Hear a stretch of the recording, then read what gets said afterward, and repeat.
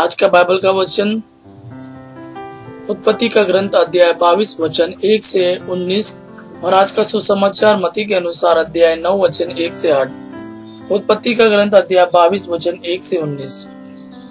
ईश्वर ने इब्राहिम की परीक्षा ली। उसने उससे कहा, इब्राहिम इब्राहिम। इब्राहिम ने उत्तर दिया, प्रस्तुत हूँ। ईश्वर ने कहा, अपने पुत्रों को, अपने एकलौते को, परम प्रिय इसाक को साथ ले जाकर मोरिया देश जाओ। वहां जिस पहाड़ पर मैं तुम्हें बताऊंगा उसे बलि चढ़ा देना। इब्राहिम बड़े सवेरे उठा।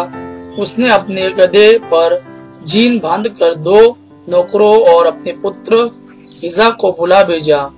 उसने होम बलि के लिए लकड़ी तैयार कर ली और उस जगह के लिए प्रस्थान किया जिसे ईश्वर ने बताया था। तीसरे दिन इब्राहिम ने आंखें ऊपर उठाई और उस जगह को दूर से देखा।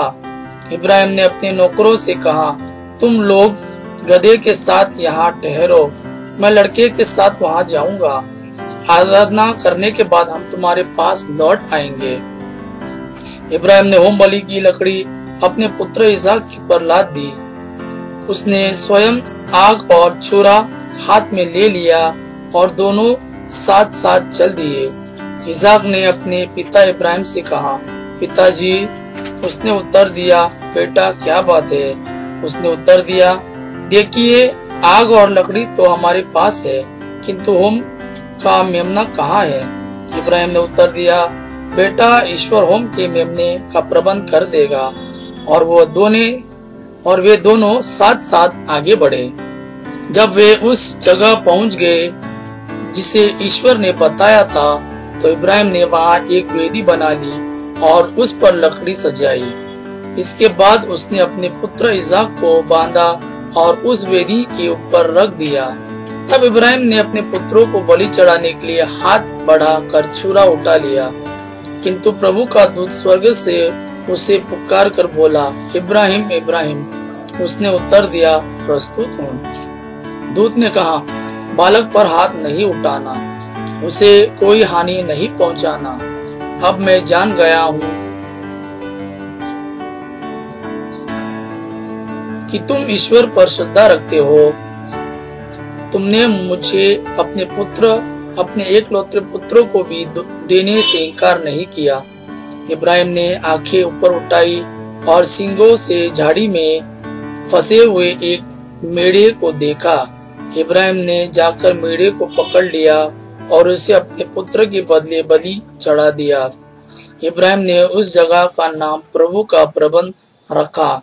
इसलिए लोग आजकल कहते हैं, प्रभु पर्वत पर प्रबंध करता है। ईश्वर का दूत इब्राहिम को दूसरी बार पुकार कर बोला, यह प्रभु की वाणी है।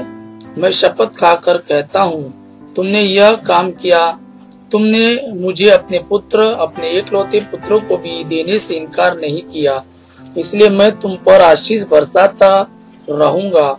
मैं आकाश के तारों और समुद्र के बालों की तरह तुम्हारे वंशजों को असंख्य बना दूंगा और वे अपने शत्रुओं के नगरों पर अधिकार कर लेंगे।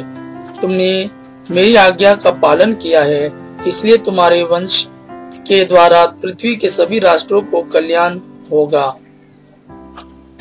इब्राहिम अपने नौकरों के पास लौटा। वे सब बेएरशेबा चले गए और इब्राहिम वहां रहने लगा। आज का सुसमाचार मत्ती के अनुसार अध्याय 9 वचन 1 से 8।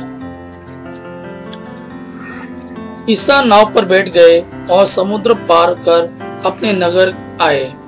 उस समय कुछ लोग खाट पर पड़े हुए एक अर्धन रोगी को उनके पास ले आए।